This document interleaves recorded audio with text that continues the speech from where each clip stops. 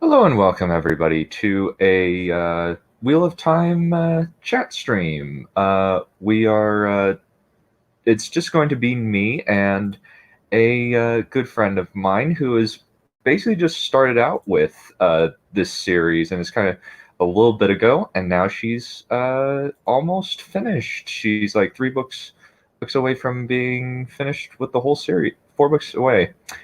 Please allow me to welcome Lesley Sedai of Stuck on Arrakis. You inherit too much power. You have proven you can rule yourself. Now you must learn to rule others. Welcome, Lesley Sedai. Thank you. Thank you for having me. I'm really excited to be here. Yes, I'm very happy to have you on. Allow me to pull up the Prezi real quick. It might take a little bit because my thing is slow. My computer is kind of a piece of old junk. Yeah. And so Lesley, please tell my audience a little bit about yourself as I'm getting set up. Sure, I'd love to.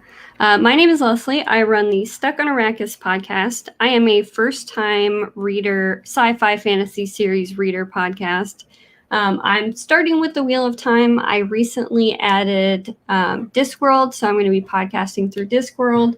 And I'm also going to have an episode on Assassin's Apprentice by Robin Hobb coming up soon. I just finished Crossroads of Twilight.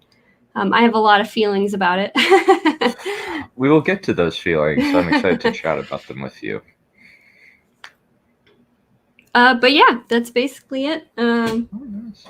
Have a lot of books planned for the future. I think I'm going to do Stormlight Archive after I finish Wheel of Time, so that'll be exciting.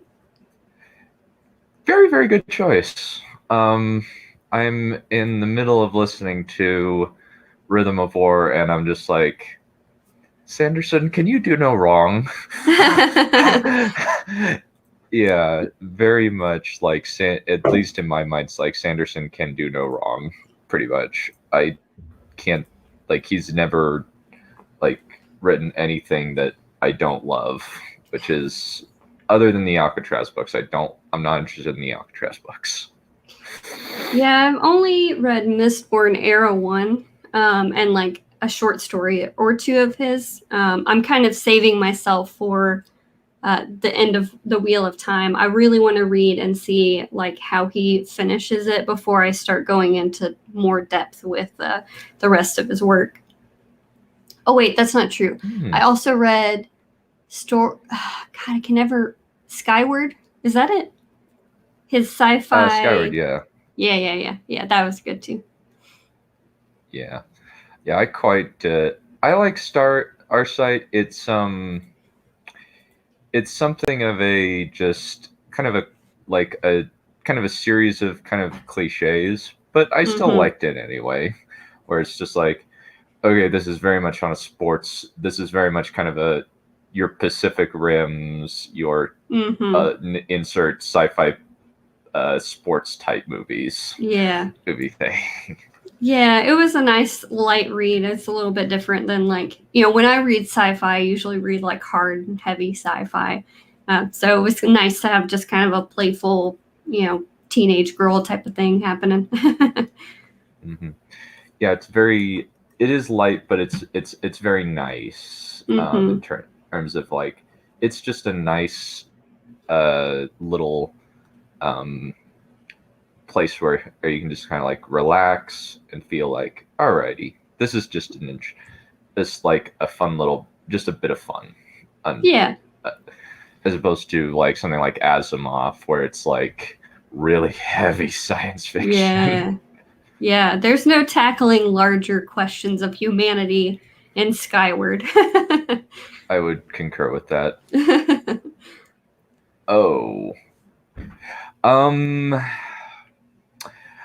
I think we will. I think that you might want to hop out sometime around partway through. So, like, to give like an overall overview, kind of like favorite stuff so far, we're going to be talking about everything up to the point of, I think, the end of Crossroads of Twilight. that's probably going to be the cutoff point, since that's as far as Lesley read, and I would rather not spoil things. That would be yeah. that would be wrong. Yeah, that would be very sad. wrong. I would be very sad. Yeah, yeah. So kind of I've listened to your little 16-minute blurb about how you got into the Wheel of Time, but would you mind repeating some of it? Like, Yeah, how did you sure. find it? Yeah, of course. So I have like the worst memory ever, but for some reason, if somebody tells me about a book and I'm interested in it, it just gets kind of tucked into the back of my mind. And the next time I'm at like half price books, looking at the clearance or looking at like the Kindle daily deals, if I see a book that I remember somebody telling me about, I'll just go ahead and buy it. So I think this was in like 2012 or 2013. I went to Half Price Books and I saw The Eye of the World for $1. And I was like, hey, I've heard good things about this, so I'll just pick it up. And it lived in my car for years. It was just like in the door of my car. Still in good shape, but just kind of being neglected and riding around with me wherever I went. And one day I needed something to read and I saw it on my bookshelf and I gave it a try and I was so hooked. This was, I think, an entire year before I started my podcast. And whenever I was first trying to figure out what I wanted to do for my podcast, I eventually came to this realization that I love hearing people or talking to people who are reading my favorite books. So I really wanted to create that kind of look and feel for my own podcast. So I have all of these people who have read the series many, many times who are experiencing it for the first time through my eyes. And I found that whenever I was starting the series, I didn't have anywhere to go to like talk or hear other people discuss the books because I had to be so wary of spoilers. So I also thought it would be a great way for other first-time readers to be able to, come and listen to what I have to say, and then I have a Discord and they can come chat in. So it's just really nice. I feel like I've gone on such a tangent. No, I asked you how you found it, and it's totally fine. I have to say that like it's very neat kind of hearing your perspective. It was kind of like, wow, this lady's actually a very phenomenal actress because she's not bringing up the fact that she's like read her assessment of the books in the later books for the in this one. Hi, Dr. Crow. How's it going? So we will definitely for everybody who's aware, we're going to be talking spoilers after I think I can't remember when. We're going to be talking about the whole series up to Crossroads of Twilight, just so you know, but I will give a spoiler warning before we get to the point where we kind of like go into actual discussions of stuff. But kind of for me, I found the series actually because of my parents. They'd actually were big fans of it, and I really like my mom and dad like kept talking about it, and I just like, hey, I'll listen to this. So they gave me the audiobook, so they let me read it, and I really liked Eye of the World, then Great Hunt, then the Dragon Reborn, then Shadow Rising, and we didn't get the rest of the audiobooks. So I ended up thinking, oh, I don't know if I'm going to get these. So I just read the Wikipedia synopsis. Oh, wow. So, my God. So when I was listening to it, I was kind of listening to it with the kind of an idea of what was going to happen. Mm-hmm. So it was fine, but it was kind of a like semi-subpar experience. Mm-hmm. There was kind of just sometimes where I actually didn't mind like the quote-unquote slog when I read it. Mm-hmm. As much as like a lot of people did, but it wasn't a bait. It wasn't as bad as for for me as it was for other people. Though, Mhm. so, but that's kind of how I found the series. That's So, really cool. I think if you're a parent, reading to your kids is one of the most important things you can do. I would attribute 100% of my love of books to my mom just reading to me when I was a kid and introducing me to books and having them around. It's just so important. So that's really cool. she actually didn't read The Wheel of Time to me. Well, she introduced you to it, right? Yeah, she introduced it to me. Like she read Ender's Game to me. Oh, cool.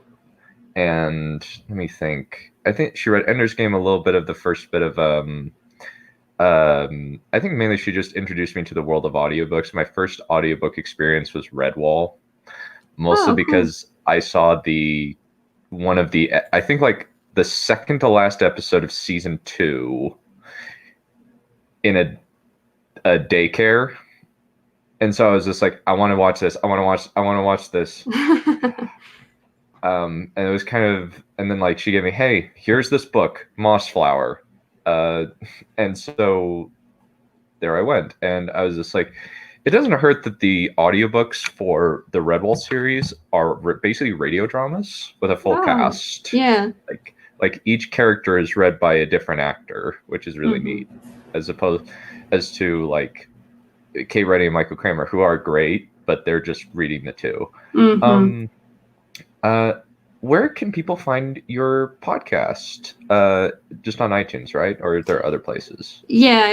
Anywhere you get podcasts, usually. I'm on Spotify. I'm on Pocket Cast. That's the podcast app that I use. I'm on iTunes, Pandora, Stitcher, all of the big ones. Let me see. So for you, kind of like, how would you kind of describe like the characters of the Wheel of Time, like in terms of like how it kind of what differentiates them from a lot of the other fantasy series that you've read, or is it kind of a lot of the same stuff? Well, they're certainly more complex than a lot of the other characters that I've read in just kind of traditional epic fantasy. I think they're all really interesting. I have a lot of favorites. I love how we watch their kind of struggle with morality and change their minds so much. They really grow and change. And I think there are a lot of really quiet, subtle moments between the characters, and there are huge moments. And I love seeing how all of the relationships between characters evolve throughout the series, and watching our main 5 grow and become leaders in their own right. I love all of the characters, as do we all. Nice. Yeah, I think like a lot of it is kind of just giant cast is kind of one of the biggest things that come to my mind. Yeah. With like there's like hundreds of characters with names and backstories and stuff, and there's a lot of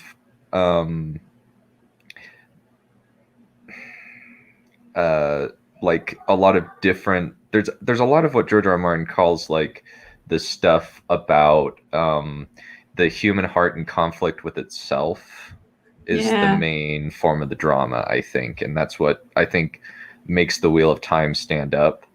There's also kind of there's also kind of a thing of like, though I will kind of say that at the moment Wheel of Time is still kind of better than A Song of Ice and Fire, mainly because it's finished. Though I will say that Feast for Crows is still better than Crossroads of Twilight. Yeah, I would have to agree with you there. Yeah, in terms of like the 2 filler books of the series. Yeah. Also, hi Andrew of the Black Tower podcast. Oh, hey, what's up? Hey. Definitely would say like sub to their channel. They do good stuff. I very much appreciate what they do. Yeah, I know, Dr. Crow. Yes. But yeah, I would definitely. For me, my favorite characters are and Rand, Matt, and Eggwayne are actually my favorite characters in the book series. Yeah, I definitely agree with Rand. I love Rand to pieces. He is something else right now, but I still love him. He's still, to me, the kid, the shepherd from Emansfield.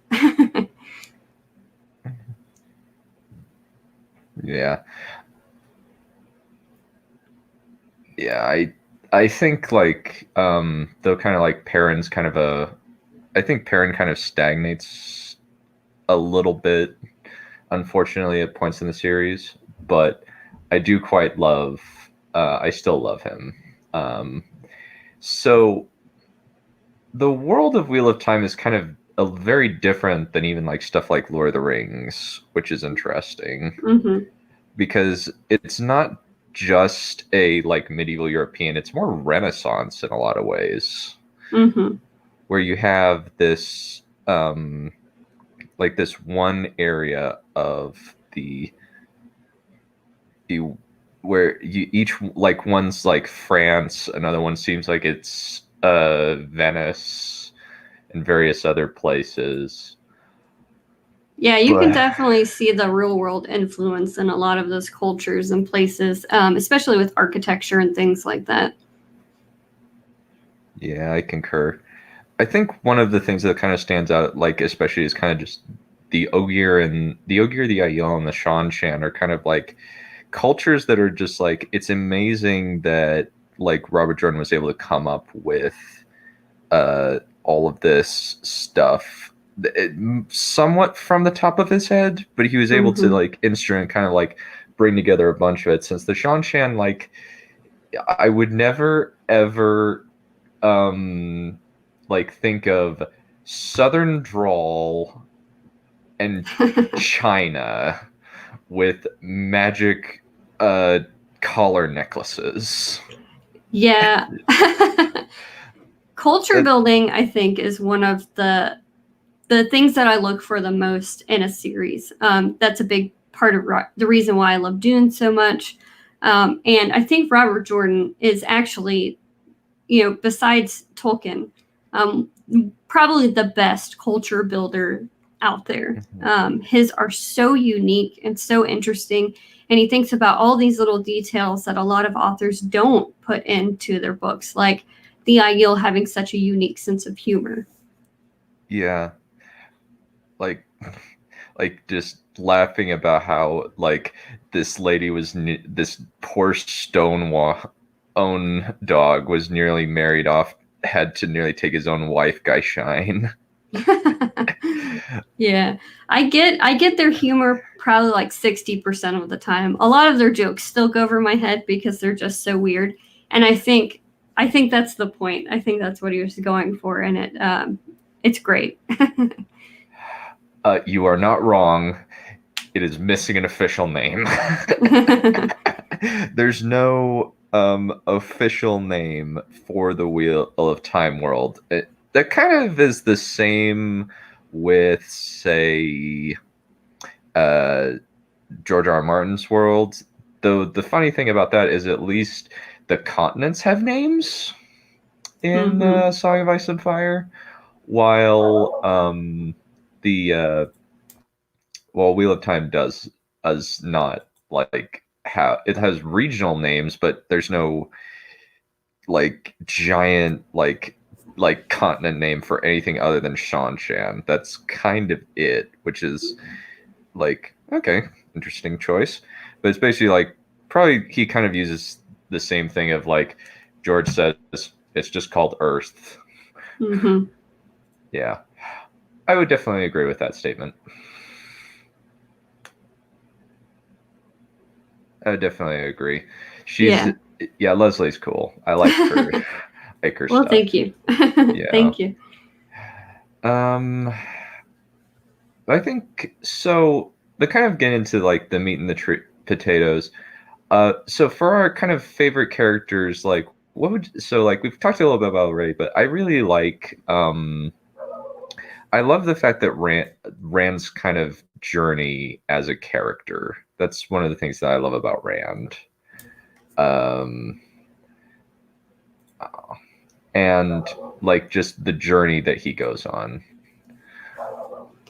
Yeah, oh, sorry, go ahead. Oh no, I was just going to make a joke about the fur baby is going off. Yeah, she's outside too. She's just like out, like right by the room that I'm in, but outside. I don't have no idea what she's barking at. Mm-hmm. It's probably a possum.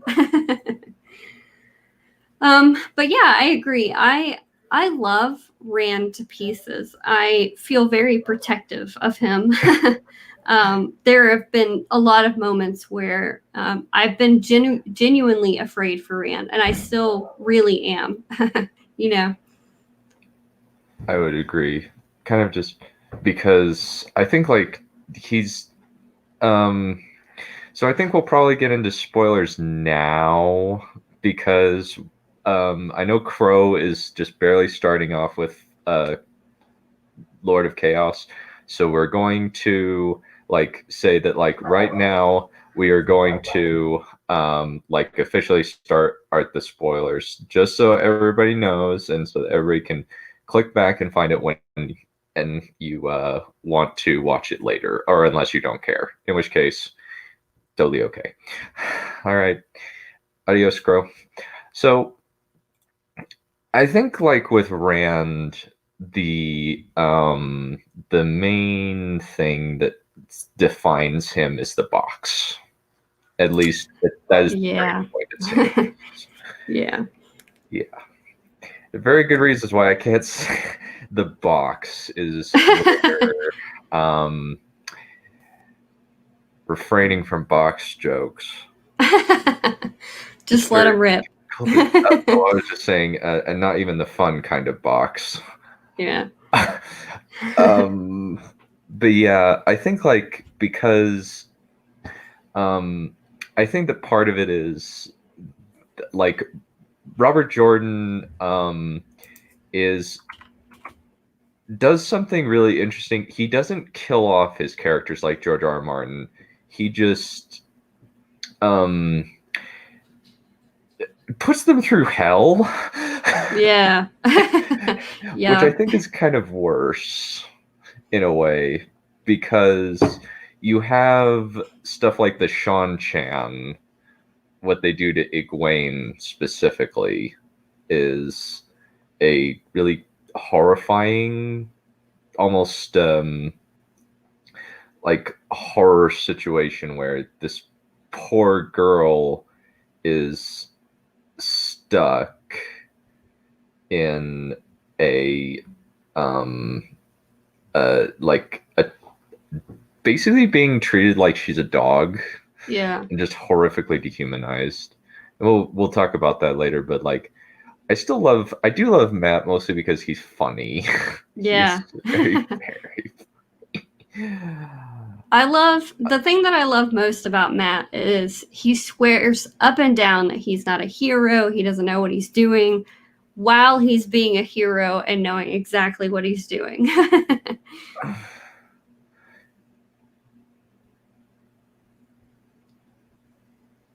Yeah.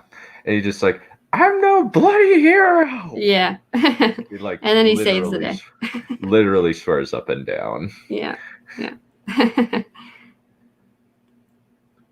And so and kind of like just like what he but and like he'll just do like really weird things like cutting open the firework to see how it works. Mm-hmm.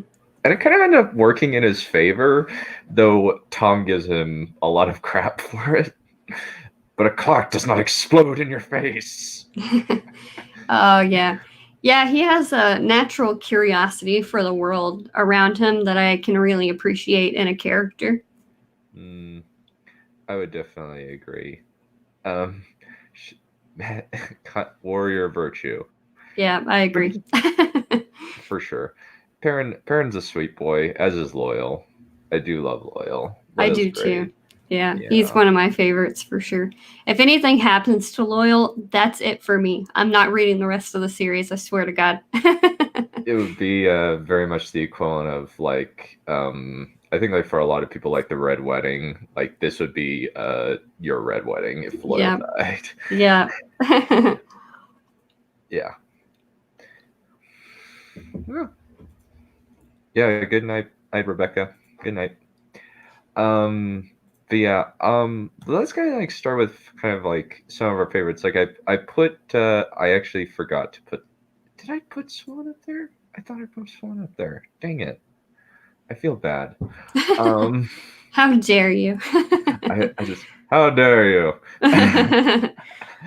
Yeah, but like I should have put Swan up there. But I think like I do love Swan Sanche. Like I mean, initially I was just like, oh, she's okay, she's the Armelin, and then like you actually get more of her personality in the next couple of books, which is kind of awesome. Yeah, I love her more than ever right now because Andrew. Because she's been through a lot, kind of on the same day. And she just refuses to give up. She just keeps picking herself back up and going. And I admire that so much about her. She's also hilarious. Like, I think the hardest I've laughed during the series is Eggwayne and the like rebel Aes Sedai are heading towards Tar Valon. And I guess Swan is in charge of the accounting. And she's getting so angry about what they lack that like the more they lack something, the harder she's scratching it into the paper. God, I love that so much. I think about it all the time. Yeah, she's kind of a comedy quote factory in a lot of ways, like Gareth Bloody Britain's bloody laundry. I'm usually not into romance, but I think that Gareth and Swan are very cute, and I'm rooting for them real hard because, like I said earlier, Swan has been through a lot, and I think that she deserves happiness, and I think she could find it in Gareth if she would just swallow her pride. That is true, actually. Let's go with that, actually. I think kind of what has like really appealed to me about Swan, especially like in the later books, is just how much of just this hard-willed, like just will not give up person. That's the thing that I love about her is that I think where I kind of think that it's very, very good that we have that kind of person where kind of I think that this really was a neat thing to kind of talk about, show like what happens to a person who gets stilled. Yeah, and I think like if you look at to wit with your point earlier about how we see the characters like grow and change and things like that. Or I think we were talking about George R.R. Martin killing off characters. And I think that by keeping Robert Jordan alive, he's able to really examine what happens when people go through this world-ending trauma and kind of what their mental state is and how they continue to keep going. And I think Swan is one of the best examples of people who just absolutely refuse to quit, know that they have a job to do, and put everything else aside to whatever ends that they're going after. And like I said earlier, I really admire that about her.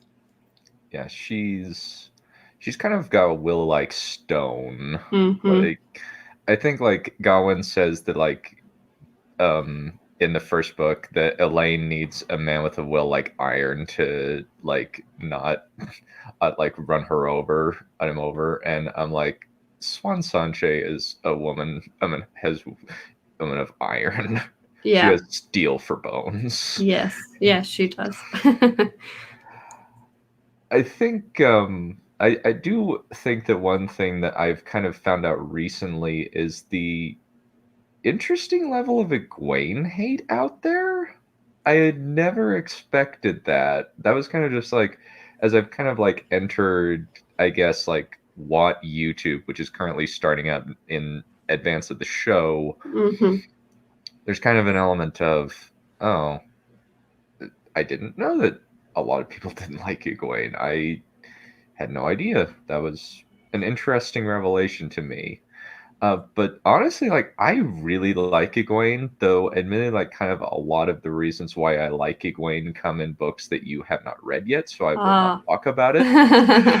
Well, I have that to look forward to. Yeah, but I do love how I like even in like the books that you've read, I love how much of a leader Eggwayne is and like is developing into with Swan at her side. I think that Absolutely. that's really neat. Yeah, I agree.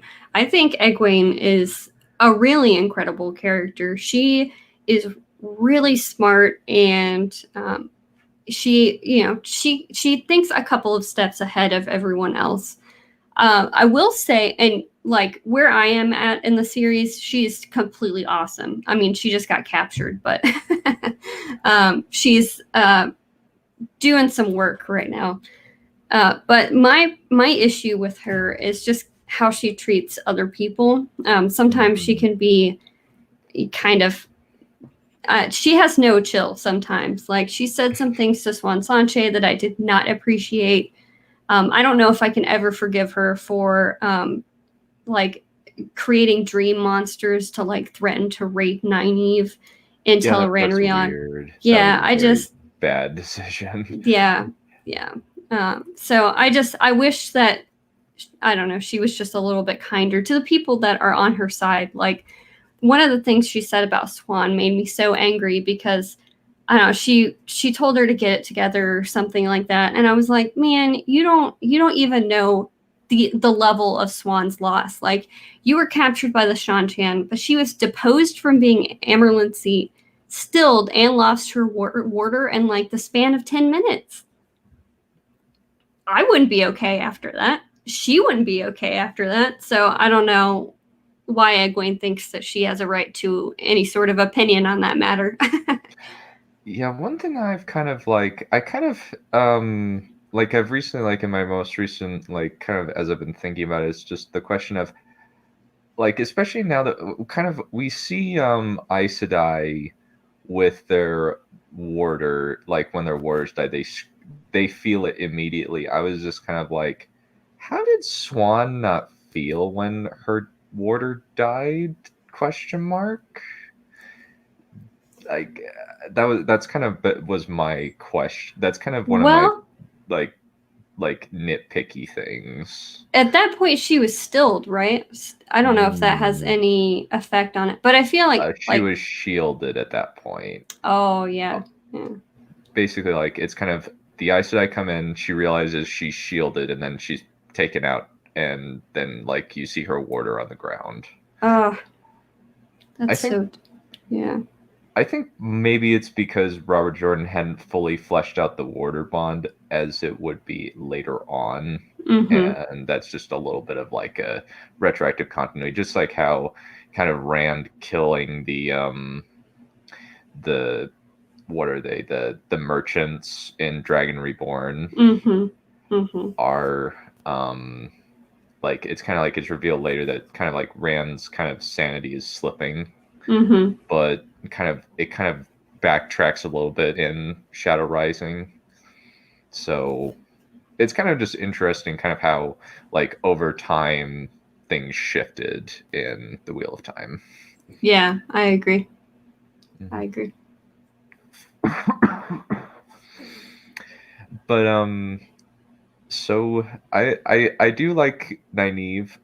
I think like kind of we both kind of went through a time of like not liking Nynaeve very much. Yeah. That's I don't think that's controversial to say. But I kind of like was kind of just annoyed with Nynaeve. I just felt like she's kind of like this really like overly pushy, like doesn't listen to reason kind of person. And then I kind of just realized she's really funny because she's a hypocrite. Yes. Her hypocrisy is incredibly amusing. Yeah, one of my favorite lines in the book is, I feel like I've said this 1,000 times, so, but I have no idea what book it's in. I have no idea what the situation was. I think they were apologizing to Matt or something like that. Oh, I think that's what it was. Yeah, that's exactly right. I will not shout at you. Nynaeve shouted. And just flaming dice. Yeah, the dice rolling around in Matt's head is one of my favorite running gags throughout the series. I agree. Yeah. It's just like, and the dice had stopped inside of his head. I like puzzling out, why the dice are rolling and why they stop. Sometimes I know, like when he met Tuon and they stopped, I kind of knew what was going on with that way better than Matt did. I think he has dice rolling in his head right now, and I don't know why. I don't remember if they stopped or not, but I don't think they have yet. Yeah, I don't think so. Mm-hmm. Not yet. It has been a while since I've read each of the books 5 times, but most of those reads were like 3 or 4 years ago. Mm-hmm. But I've got most of them like pretty much all of them like pretty solidly like memorized, at least like the major plot beats. Mm-hmm. So for you, like, what are kind of like some of your theories like around like what make the dice rolling and stuff? Well, I think a lot of, there's pattern related magic, and there's pattern and power related magic, and they're very different. So I think basically all of what's going on with Matt right now is pattern related. That's why he has all of those memories. That's why he can speak the old tongue. So I think that it has something to do with the pattern. The thing that I'm trying to puzzle out right now is whenever the boys think of each other, they have that swirling color business in their head. I think that's also pattern related. They're all 3 of them are Ta'veren. I'm just not really sure what it means right now or how it's connected to anything else. And I have very little theories or very few theories. No worries at all. So I think like with that, I think it's mainly going to be like a lot of it's going to be like it's just their connection as Ta'veren and like manifesting itself, I suppose. Mm-hmm. Yeah, it's interesting, to know that they're oh shoot, I lost my train of thought because a comment popped up. no worries. Sorry, I apologize. No, that's okay. I just need to stop reading them, but I can't because it popped up. Yeah, I quite like showing it just in case like it doesn't show up on the the show when it comes up on YouTube. But I think like Moraine is one of my favorite like mentor characters ever. Yeah, I agree. It's kind of a like toss up between her Dalinar Kholin to a certain extent, especially in Words of Radiance and Oathbringer, and what is it? Rhythm of War. But I really love Dalinar Kholin, and I can't wait to be finished with Rhythm of War. I'm currently enjoying the journey so far, but journey before destination and all that. But in terms of Moraine, like, what were some things that appealed to you, like, about Moraine? So really, the only thing I want in my entire life is to be able to use magic. Somebody needs to get on top of that because you and me both. You and me both. because the main reason that I read fantasy is because I think it would just be really cool to do stuff with magic. And she was our first real introduction to magic in the series. And I love her. She's so cool-headed. She's a lot of the things that I wish I could be myself, like very cool-headed, always knows what's going on, always has a plan and things like that. Like, she just seems like she's hard to rock. You know what I mean? And I love, I just feel like she had the boys' best interests at heart. And because of that, that's the main reason why I didn't like Nynaeve at first, because she was so anti-Moraine. And I really believed what Moraine was saying, because we know that she can't tell a lie. She can kind of weasel her way around the truth, but she can't say the Dark One is after you and it not be true. So at least according to what we knew at the time, from the little that we knew about Aes Sedai. So I don't know. I just feel I always felt close to her, and her death was, well, okay, I don't think she's dead. But losing her for the past, several books has been hard for me, because I want her to be there for Rand, and he has Cadsuane now, and I actually really like Cadsuane a lot, but I don't know, I just really wanted Moraine to see Rand through to the end, and I think that she's still going to. I have a whole theory about that. Interesting. I feel like I'm going. Why do you like Cadsuane? I'm just curious. I don't know. I just feel like I feel the same way about Cadsuane as I did about Moraine. I can tell that she cares about getting Rand ready for the last battle, and it feels like she's on Rand's side. And anybody who's on Rand's side, I like. I don't always trust them, but I do like them. That works. Yeah. That works fine. It's just kind of a joke that kind of a lot of people don't usually like Cadsuane. A lot of people really don't like Cadsuane. Like, there's actually hopefully you'll watch The Dusty Wheel, but apparently Sanderson played a prank on one of his beta readers using Cadsuane in Towers of Midnight that I hope that you find entertaining. Oh, I'm sure I will. Yeah, it's very amusing. But yeah, I think Moraine, I love her very much because and it kind of like is interesting, like how much of a hole she leaves behind. Yes, absolutely. And it's just kind of sad, like Rand just like misses her like a lot after kind of avoiding her for a long time. Well, I could have told him that was going to happen. Yeah. For the first 4 books, I just remember screaming at Rand, like, listen to her, let her help you. Listen to her, you wool-headed sheep herder. Yeah, exactly. Yeah.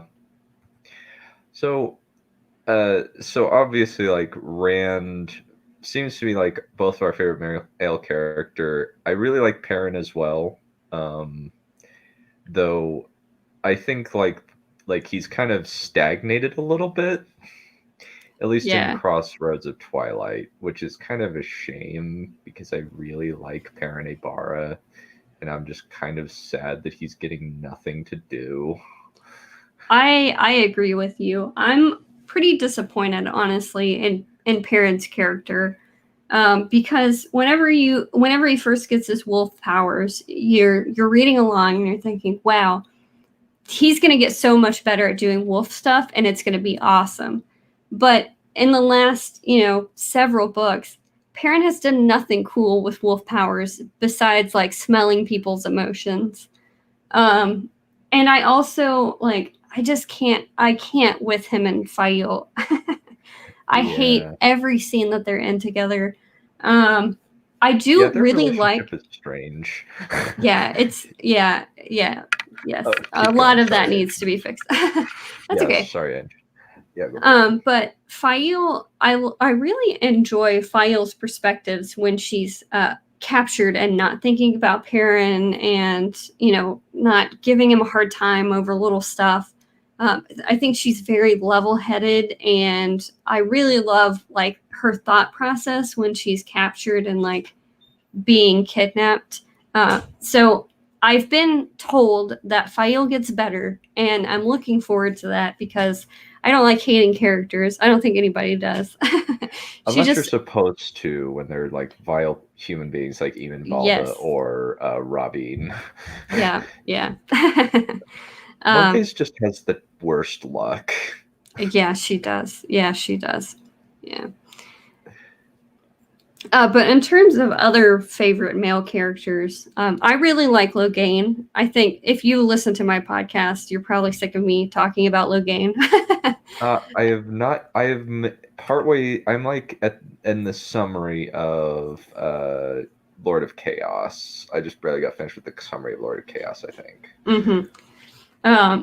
One of my biggest successes as a podcaster was correctly predicting that Logain would go to the Black Tower, and that was all I wanted for him to do. And I was so excited to see him again. That was like a whole thing. Mm-hmm. Oh, that's so cool. And especially like when he gets like healed, it's like one of the biggest like whoa. Yeah, that was such a huge moment. Mm-hmm. Yeah. Unfortunately, I knew it was going to happen, so I wasn't surprised. Oh no. Bummer. At least like I knew where a lot of the series was going to go. Just at least like with the major events, some of the little things, like the exact details of friggin' Tylan were kind of surprising to me, to say the least. Or just, what are your thoughts on that? Because like as I've kind of gotten older, I kind of like she's kind of creepy a little bit. Yeah. I have some pretty big problems with Tylan. I mean, if you really think about it, she continuously sexually assaults Matt. She gets him like trapped in a situation that he can't get out of. There's a lot of, I think in Path of Daggers or something like that, there's a lot of mention, or maybe it was Winter's Heart. Yeah, it's Winter's Heart. Yeah, Matt feeling really trapped and being really scared of her, and like he tried to get away and she punished him. Like, if you reverse the genders on that whole situation, I think that everybody would be a lot more disgusted. And I think that's a double standard that maybe Robert Jordan was trying to explore, but I don't know. I think that a lot of what he was trying to do there was kind of explore the fact that women can be creepy and gross too. But that just felt like overkill. I didn't think he needed to put his character in a situation like that for so long. You know what I mean?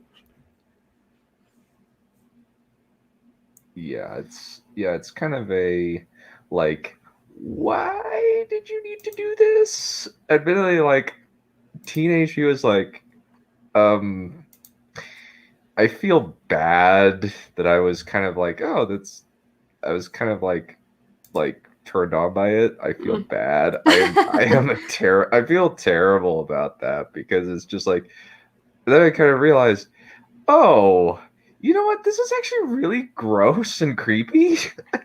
That's just because teenage me was stupid. Yeah, I hope that I've matured somewhat since then. But I'm sure you have. Yeah. But yeah, there was kind of just like that.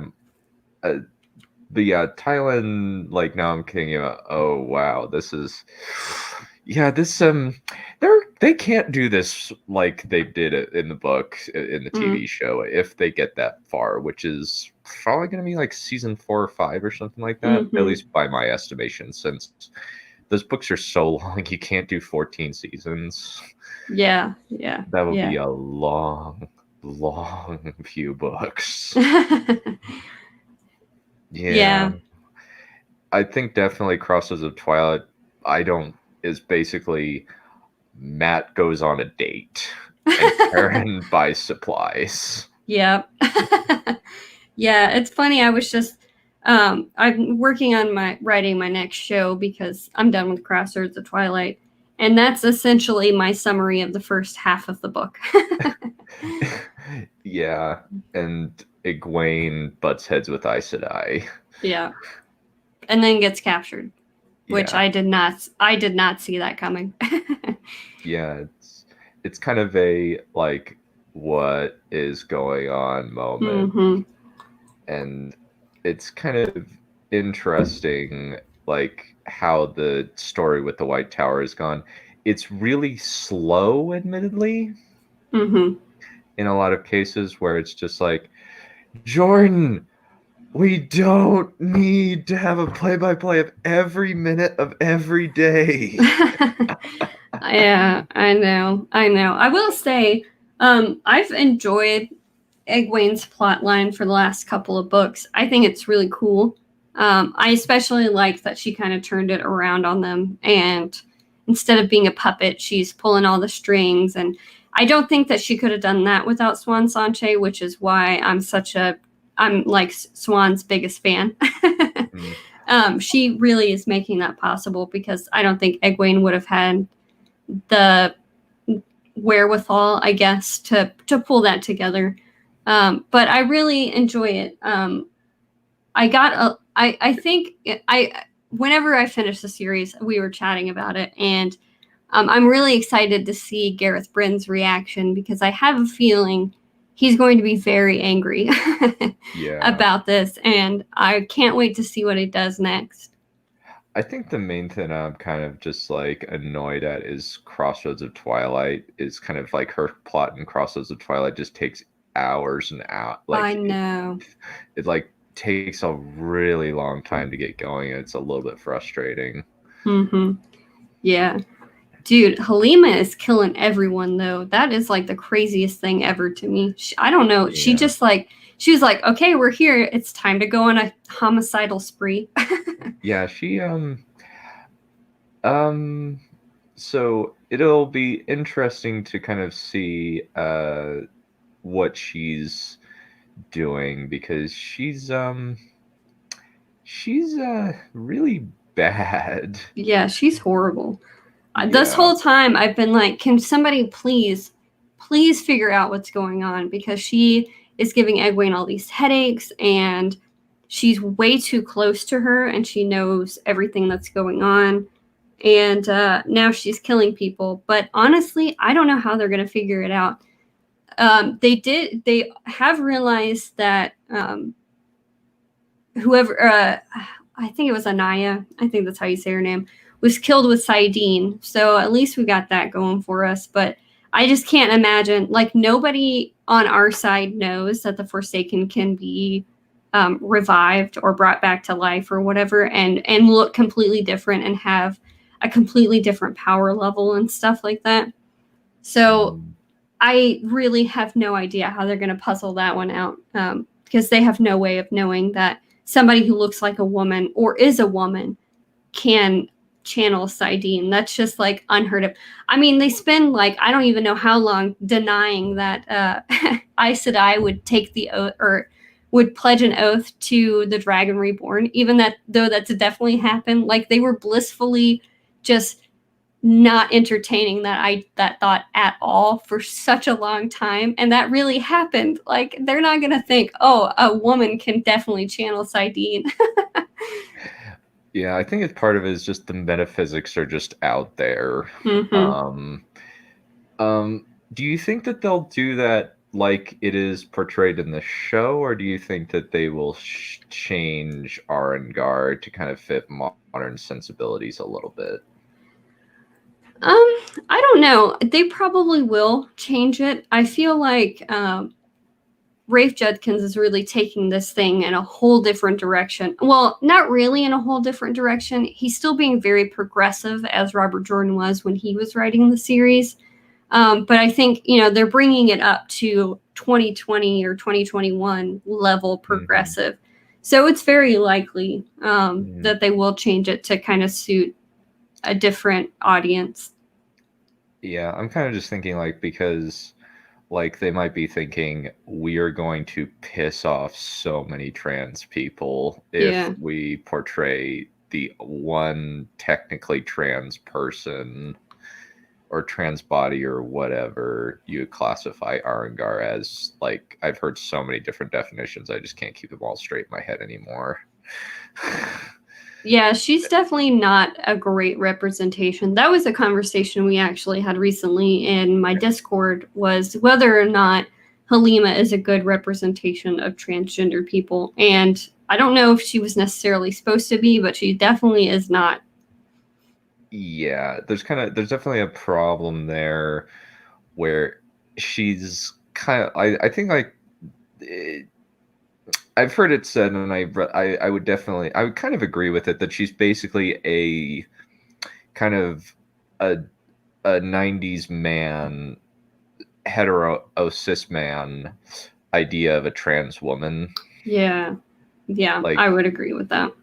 Since apparently like Arengar is like just based on physical description in the top 10 of attractive women in Wheel of Time alongside Lanfear. Mm-hmm. And it's kind of just like and she used to be the most pervy man in the Age of Legends. Yeah, she was gross. Yeah, and she kind of still is gross, and kind of just it's just kind of like, yeah, this kind of like, since like I kind of felt like, at least like a little bit, when I watched what is it, Quantico, where the only Mormon guy was apparently a dude who slept with an underage kid when he was on his mission, and then he committed suicide because of it. I was just like, huh, interesting choice. Yeah. So I'm kind of just like, so I can feel some of the pain there. I don't like total. It was kind of just a moment of, oh, yeah. okay, moving on. Yeah. So for like kind of favorite baddies, like kind of initially I really like Pot and Fane, but he kind of just kind of gone by the wayside a little bit. Mm-hmm. He hasn't really done much. The only thing I think the most significant point in his plot was 7, and he hasn't really done much other than his cameo in Winter's Heart. Yeah, I agree. And I feel like if Robert Jordan I feel like he had this kind of thought that maybe Padan Fane could be an agent of Mashadar, or Shadar Logoth or something like that. And the two evils not liking each other. I think there could have been something really cool happening there where, I don't know, Padan Fane, like, I don't know, has like an army of mist people or something like that. You know what I mean? Like, I feel like there could have been some really cool, epic, like, evil versus evil type of thing happening. And instead, Padan Fane just is gross and weird and only shows up occasionally. Like, if they cut him out, well, they're not going to cut him out of the show. Yeah, never mind. He's been cast. Yeah. He's already been cast. Looks like a cool, like, I'm interested to see what this guy does with it. It seems like it'd be an interesting, I've never seen any of his work. I am really interested to see Roose Bolton play Tam Althor. One of my favorite things in the world is when I come to know a character as an actor's work as either being like really evil or really good, and then having them completely change sides and do something completely different. That's one of my favorite things about Gary Oldman, how sometimes I love him and sometimes I hate him, but like really I always just love him. So I'm interested to see how I feel about Roose Bolton being Rand's dad. Like, one of my favorite things is, I think, like, I was surprised to see Kjartan the Cruel from Last Kingdom as what's his name? Tom Maryland, of all people. I was yeah. What? Well, you're definitely go with Tom is hot. Yeah, and I remember whenever I got to the part where he has some like young hot girlfriend, I was like, okay, Tom, I didn't know it was like that. And then when I saw who they chose to play him, I was like, okay, yeah, he looks like he could have a young girlfriend. I feel you. Yeah, he's definitely very much a late. He looks like he could probably get like pretty much like any girl, because he's built, and he's like, even with the white mustaches, I think he would probably just look refined, I imagine. Yeah, he's going to be a silver fox, that's for sure. Indeed. I think, though, I do quite like Elida just kind of as she is, because she's slowly going nuts. Mm-hmm. She's clearly I think she was kind of a little bit nuts, but I think the pressure is kind of mounting on her a little bit. Yeah, and she's in a pretty horrible situation. She had Alviren, making her life miserable and telling her what to do and stuff like that. So I feel bad for Elida more than I hate her at this point, but I still hate her. Yeah. Just wait. Well, I do know one spoilery thing that happens to her, and I think it's probably one of the biggest things that happened to her. So I won't say how I feel about it, but you probably can guess. Yeah. I do think, what are kind of I haven't gone through most of your podcast, but kind of what are your thoughts on the Forsaken kind of after finishing Crossroads of Twilight? It kind of seems like they're kind of useless for a lot of series. Like, they don't really have any major wins.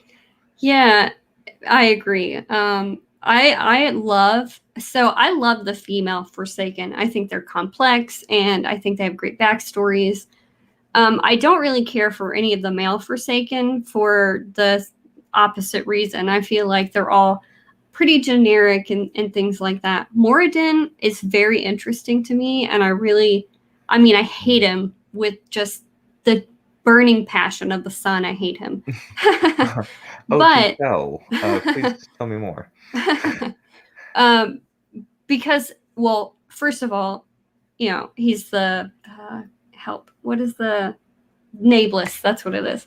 He's the Nameless, so he's the baddest of the baddies until the Dark One comes back, if he does. And I don't know. There's been a couple of moments where it seems like he has a lot of strings happening and a lot of plans, and it seems like he's smart enough to really make them work, even though Rand has killed a lot of, or defeated in some way, a lot of the Forsaken. And I don't think this has been confirmed yet, but I'm pretty sure he's Ishmael. So I know that Ishmael is very powerful and is the Dark One's right-hand man. So I'm very concerned. Oh, and he uses the true power. Like, I'm just concerned about how powerful he is. And I think that at the end of the day, he's going to be the actual Forsaken threat, where the rest of them, Rand has been able to beat pretty easily as he gets stronger. Yeah, he kind of mows through them a little bit. Yeah, he does. Yeah. There's kind of an element of, well, this is kind of like you kind of need an end of book boss battle. To a certain extent. And kind of, but then there's kind of just like an element of, could you at least make your bad guys kind of win? It's why a lot of people are scared of Roose Bolton in the books, because he actually wins, kind of. Yeah. Even though in Dance of Dragons he's in a bad situation with Stannis, though, that's kind of just a little thing. Yeah. But yeah, I do like Lanfear. I like Grandal. I think it's Missana has kind of one of the most hilarious backstories. She basically wanted to be a scientist, but then nope, you're a researcher. That tunnel off. Yeah. Yeah, I haven't seen a whole lot of Missana. She's just, actually, that's not true. For a while, she was just like the hem of a skirt. Yeah. But very recently. So maybe you can clear this up for me, or if I'm find out concretely later, then just tell me to read and find out. But the scene with Missana and Alviren and God, I can't remember Shidar Haran. Yes, thank you. Is the Dark One actually back in that form, or because he touches Alviren's head and then she's marked? Could Shadar Haran do that, or is the Dark One actually out? I would say that is because Shadowhuron is an avatar of the Dark One. Got it. Okay. Yeah. And then in that same scene, I feel like, so don't answer this question, but this is a question that I have going into the rest of the series. I made a joke like several books ago. Actually, it might have been this book or the last book, that if the Dark One is hiring Forsaken, Alviren's resume is great. She would be a great Forsaken. And she recently got like marked by the Dark One, and I have no idea what that means, but I really hope that we see like the rise of a new Forsaken, because that would be really cool. And I think Alviren is like evil enough to be a really good Forsaken and really put some kinks in some plans, especially with when the White Tower is concerned, even though she's no longer the keeper. So we'll see. Interesting. Very very interesting. Yeah, that would be cool if our intrepid and keeper of the Chronicles, however that happens, it turns out to be a new Forsaken. That would be interesting. Yeah.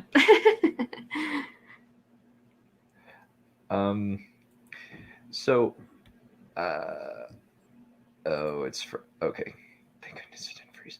Sometimes StreamYards, because of my I don't know whether it's my computer or what, but something like I just have so many issues with this computer and StreamYard. Sometimes like it'll like kill itself on me. Oh no. So it's annoying. It's really, really, really friggin' annoying. Sometimes my audio recording software will kind of freeze up. Well, it'll look like it's freezing up, even though it's still recording. So I have a bunch of I have a bunch of audio of me going, "Oh no," because I think that it's frozen, but it's fine and it's still recording. Oh dear! I imagine editing that is a pain. Yeah. Yeah. For me, it's kind of just like it'll just crash and throw me out of the stream and out of the broadcast. Yeah. Like Bummer. especially if I play, I have to be very careful about when I play like video clips in my brand thing, because otherwise it'll just otherwise it'll just freeze up and it'll take me like three or so minutes to get back in. Oh no. Yeah, very frustrating. Mm-hmm. But so for you, like, what are some of the standout moments of the series so far?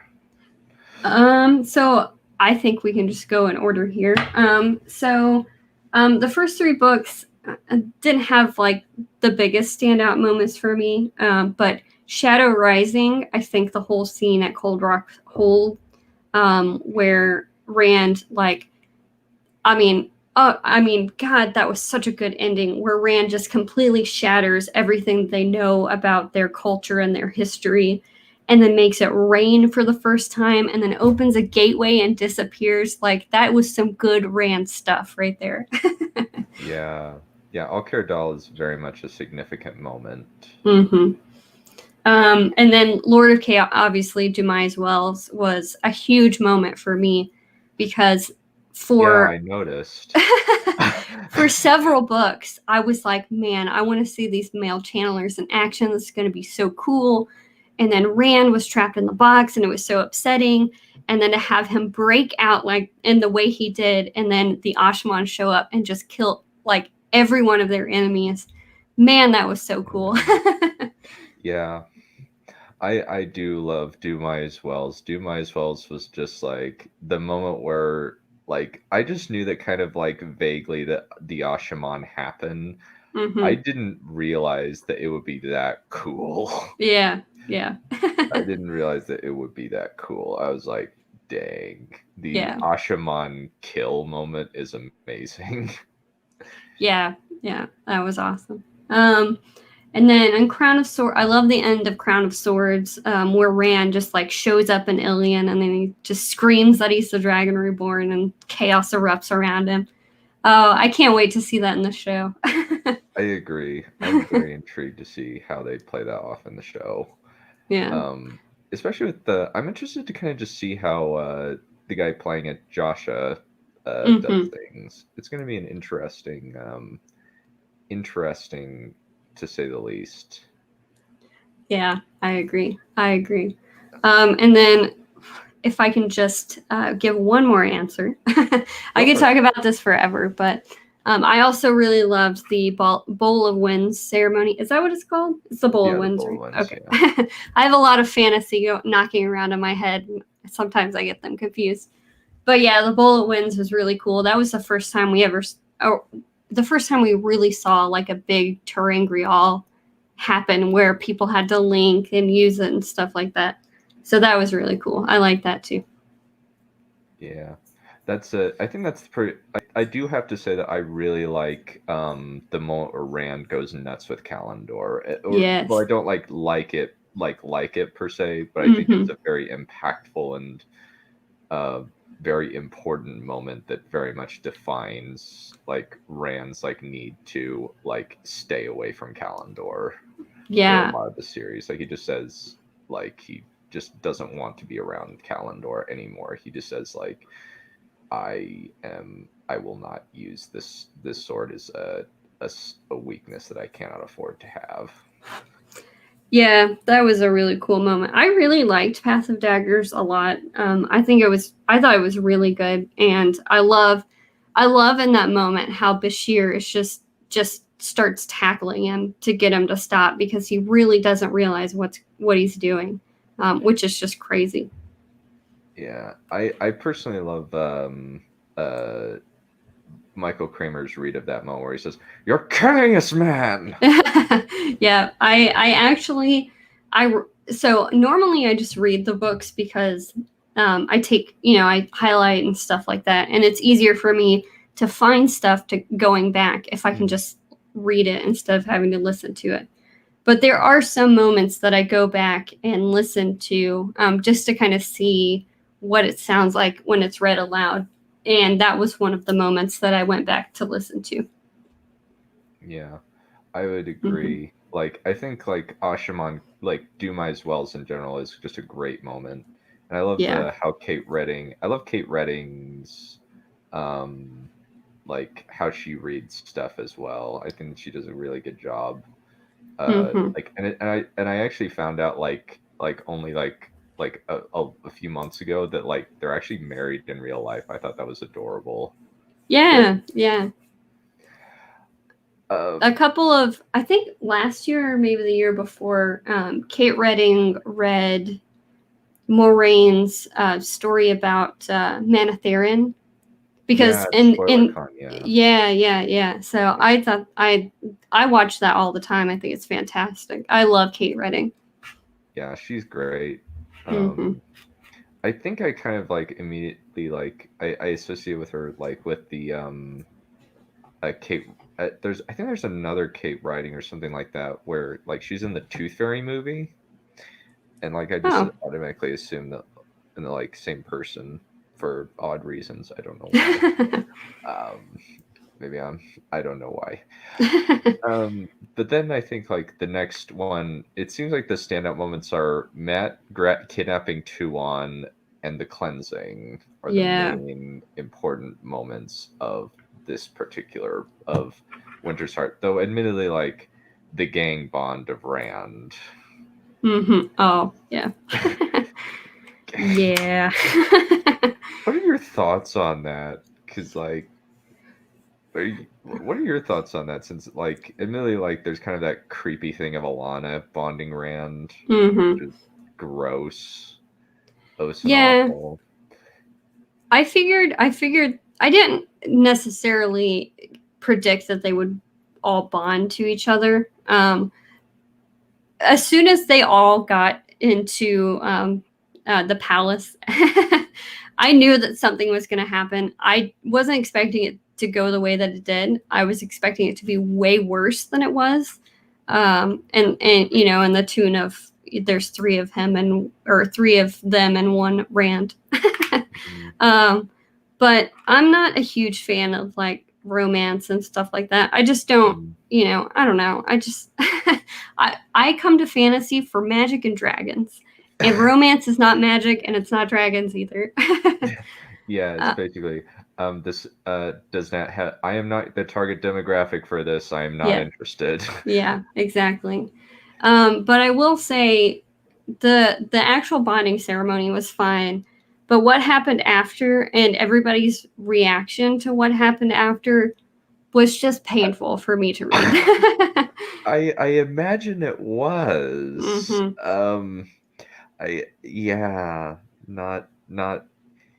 It's kind of it's funny, but it's funny in a cringe kind of way. Yeah. Where it's just like they're having Elaine and Rand are boning basically in the next room, as basically like Elaine and Rand are yelling about how much of a good time they're having. And the people and their friends can hear them clearly through paper thin walls. That's a great way to put it. It's really awkward and weird. Yeah, it's kind of like this. Please stop. Actually, you know what? You've seen Game of Thrones released, right, or read the books, right? Yep. So it's like the moment where Littlefinger and Lysa Arryn are having sex, and Sansa can hear her aunt screaming. It's the exact same. Yeah, it was painful, and I'm glad that I don't have to read it again. I'll probably skip that on a reread. Smart decision. Smart decision. Yeah. But yeah, it's just like it's just really awkward because like Brigitte is like, I hate her. I hate her that she's doing this in my head. Yeah, I would be upset as well because like I don't need to experience you boning. Like I just don't. Yeah, it's kind of just like I actually kind of got this one particular clip just for Wheel of Time. Let me grab it. But yeah, basically it's just like and then they fuck. My god, that's amazing. What is that from? I need to have that in my back pocket for reasons. So that is from Crimson Rogue's Excalibur, The Book Was Better review. I basically have a lot of what I'll do occasionally is I'll just find a clip of something and I'll be like, I'm going to use that because that will be useful. Like this. What did you put in this coffee? I didn't see that. That didn't happen. That couldn't have. Yeah. But yeah, it's and then they bone is an apt thing, and I'm going to be using that frequently across my Wheel of Time like first reads with a few people. So as you should. Yeah. So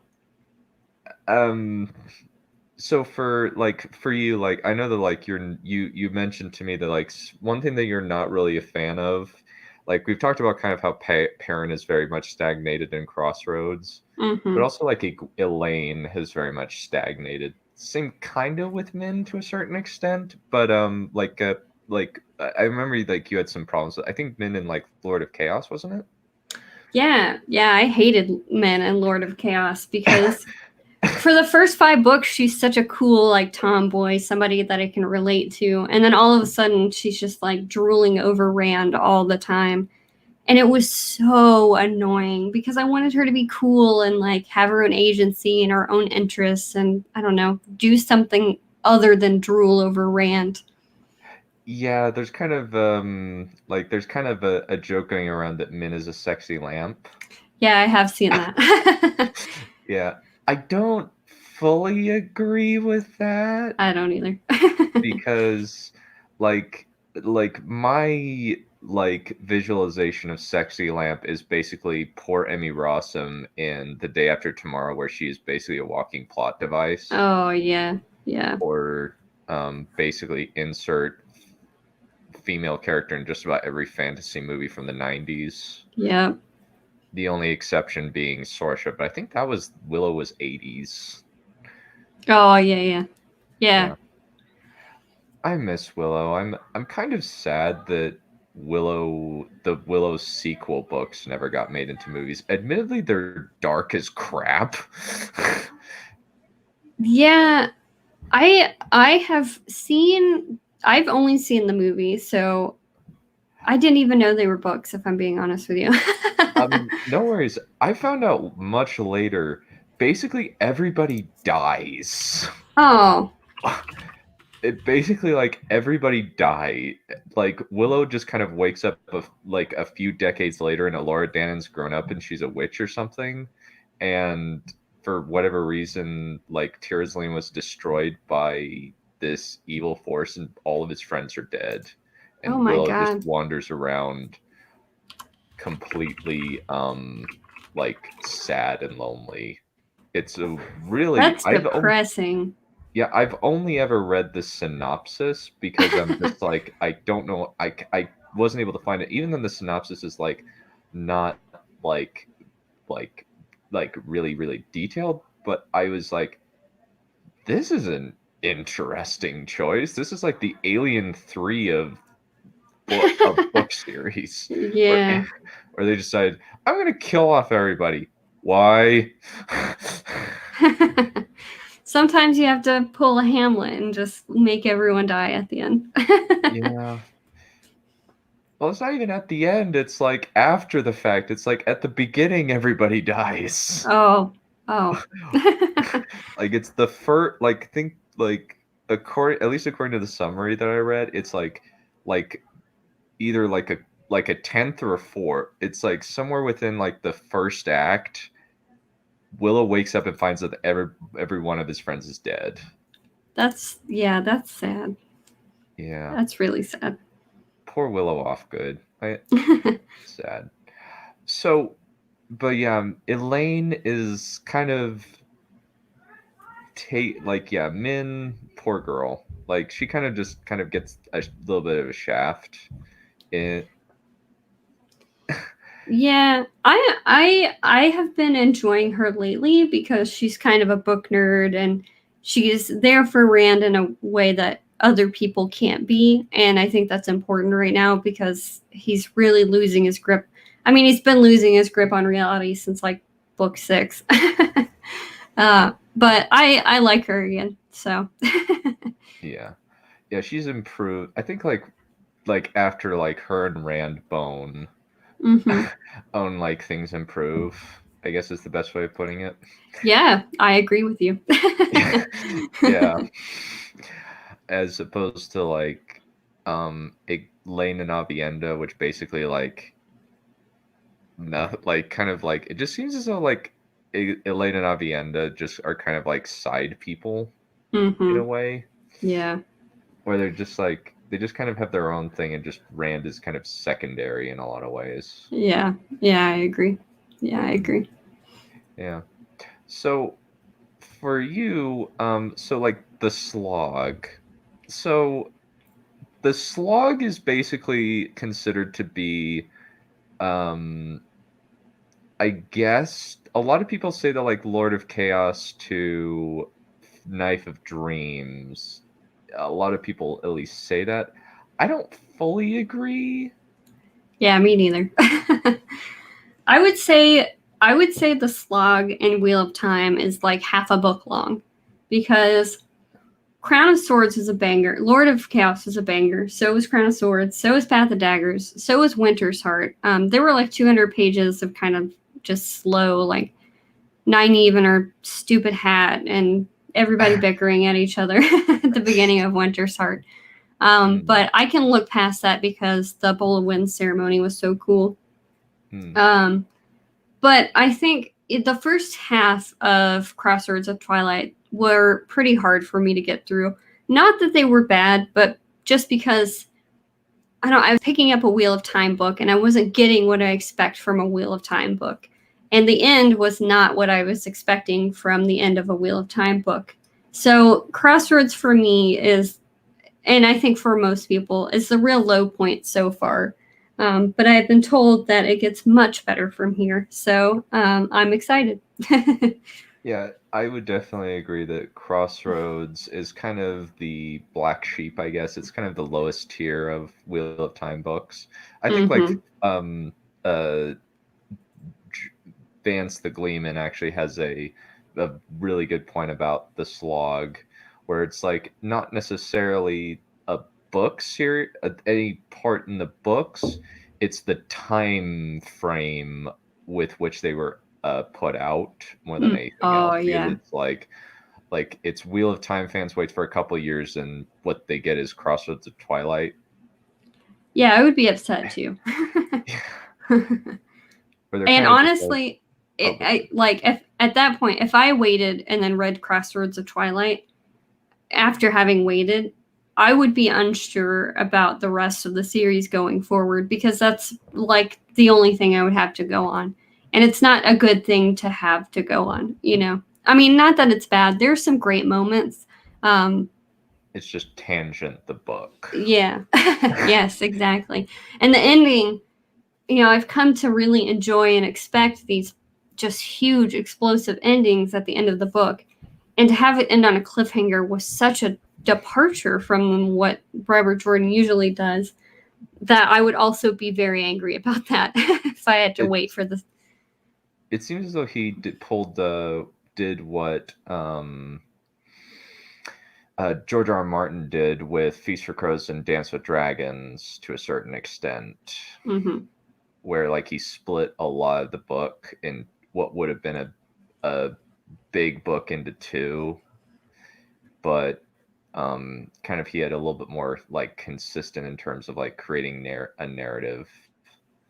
But yeah, and Morgan from Podcast of the Dragon, who is a close Wheel of Time friend of mine, I value her opinion a lot, and what she told me was that Crossroads of Twilight and Knife of Dreams are like two parts of the same book.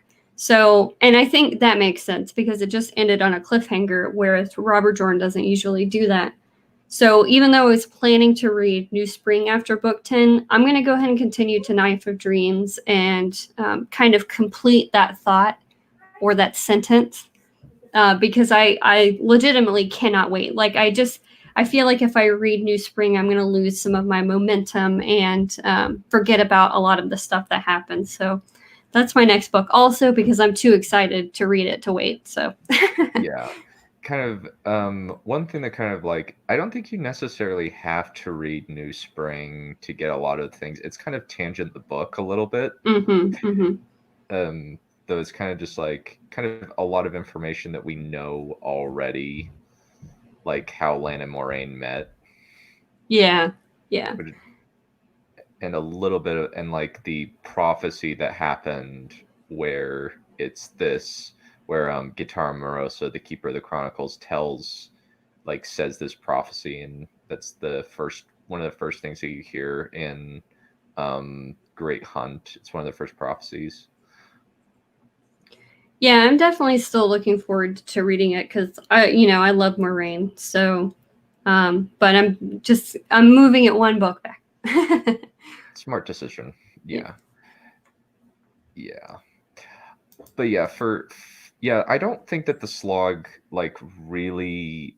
I think that like Crossroads of Twilight is kind of the only one that's kind of like, this one's kind of slow. Where it's kind of just like, okay, this is kind of taking a while to kind of get moving. And, like, it doesn't, like, I guess like the only like, I think that the main satisfying thing is Rena finally gets hers. Yes, and I love that scene because it's such a huge moment for Matt. I think. I mean, it's a very subtle but still huge moment where he understands the danger of letting this woman live, and he weighs it, and he finds that it's more beneficial for them if she dies, and that she really has to, and he gives the order for that to happen. And I think there's going to be some mental earthquakes after that I'm going to see in Knife of Dreams and going forward. But that was, I love seeing our characters have to make hard decisions like that. And that's one of the things that drives me insane about Perrin is his friends have all of this innocent blood on their hands, tons and tons, especially Rand, but Matt has killed people too. But Perrin has kind of gotten away with not having any on his hands, and I think it's about time that he does. It's not fair that he's trolley lawing after his wife while the rest of the crew is killing people and making all these hard decisions. So I'm really hoping that I get to see more of that kind of growth from Perrin, because like you said, he's stagnating a lot. I think the last interesting thing Perrin did was save the two rivers, and that was a while ago. Yeah, it's kind of just you gotta get yourself in gear, buddy. Mm-hmm. Yeah, and now instead of like helping the rest of the world, he's chasing after his wife, which I understand, and that's a totally Perrin thing to do. But I feel like it's kind of wasted time. Like I want to see Perrin do cool things, and he has Massima with him. Like, do something about Massima, and instead he's going after. But I'm saying this from the perspective of someone who hasn't finished the series, so there could be a huge moment coming up for Perrin. He's about to try to talk to the Shan-Chan, I think, or wait. Yeah, he's trying to talk to the Shan-Chan because they also don't like the Shadow, and then maybe there's going to be something big and kind of a consequential there. But I don't know. So far, it's just a huge, I don't know. It's tangent the book. Yes, exactly. Yeah, exactly. And then same thing, if we're talking about Crossroads, I think the biggest issues for me is we don't move perspectives very often. And the perspectives that we do have are irritating and boring. I am not a huge fan of, well, I'm enjoying Elaine's chapters a little bit because I like politics. That's like a huge reason I like Dune so much. But Brigitte and Avienda are really cool and really like powerful, and they can really make things happen.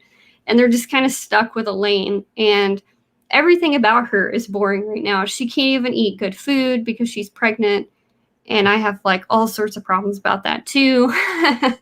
So I had a really hard time. Such as, please elaborate on your problems. So I understand that people have children at the wrong time all the time.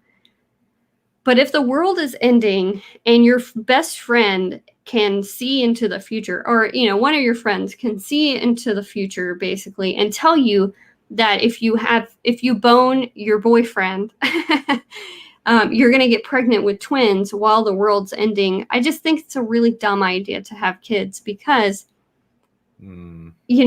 Rand, people use the people that Rand loves against him. And there's literally nothing in the world that they could use against him more than Elaine and his two children. So it's just like a huge risk. I think it could be exploited. I also just don't think, I don't know. I didn't have the greatest father figure when I was growing up. I think it's kind of irresponsible to have children if their father can't be around. Or, you don't know if he's going to die in like the next 6 months. And I understand again that, situations aren't always what you plan. But if you have a friend that can tell the future and tells you that you're going to get pregnant, it's a really bad time to do that. I just don't think she should have done that.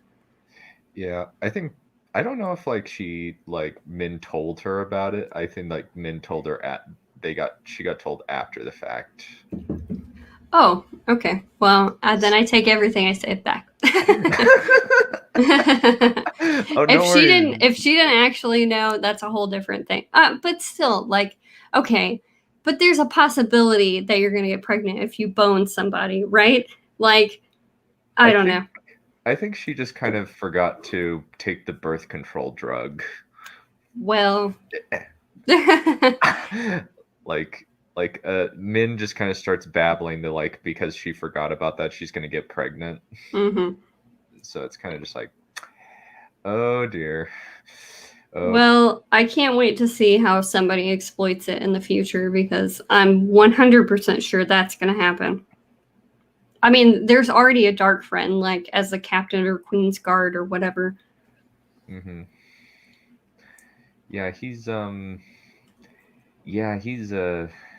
bit, yeah, he's not a good guy. No, he's really not. Yeah, he's Doylan Mellar / David Hanlon, who interestingly enough showed up in number 6 actually as one of the White Lions. Yeah, I think we were talking about that in my Discord, I think, or I was talking to somebody about that because I couldn't remember why I remembered that name. And yeah, he does show up in book 6. And like he starts off in book 6 and then just abruptly like he becomes this side villain almost. Yeah. It seems as though Robert Jordan, like, even though he had an outline, he very much like Discovery wrote a lot of his characters. Yeah, I can definitely see that. And we kind of get into kind of like he fell in love a little bit too much with his world and started like really going deep into things that didn't necessarily need to be talked about, like all of the clothes. Like, it seems like he's like him and George R.R. Martin are both clothes and food people. Yeah. Yeah, I noticed that. Yeah. But I guess so I put these two people up here since I felt like they were just like these detestable creatures. Mm-hmm. Since they're kind of like one's a brain rapist, the other one is an actual rapist. Yeah. Yeah, they both suck really bad. Yeah. I really hope that I'm really excited for like when / if Eamon Valda gets his comeuppance. How do you think that he will fall, do you think? I'm not really sure.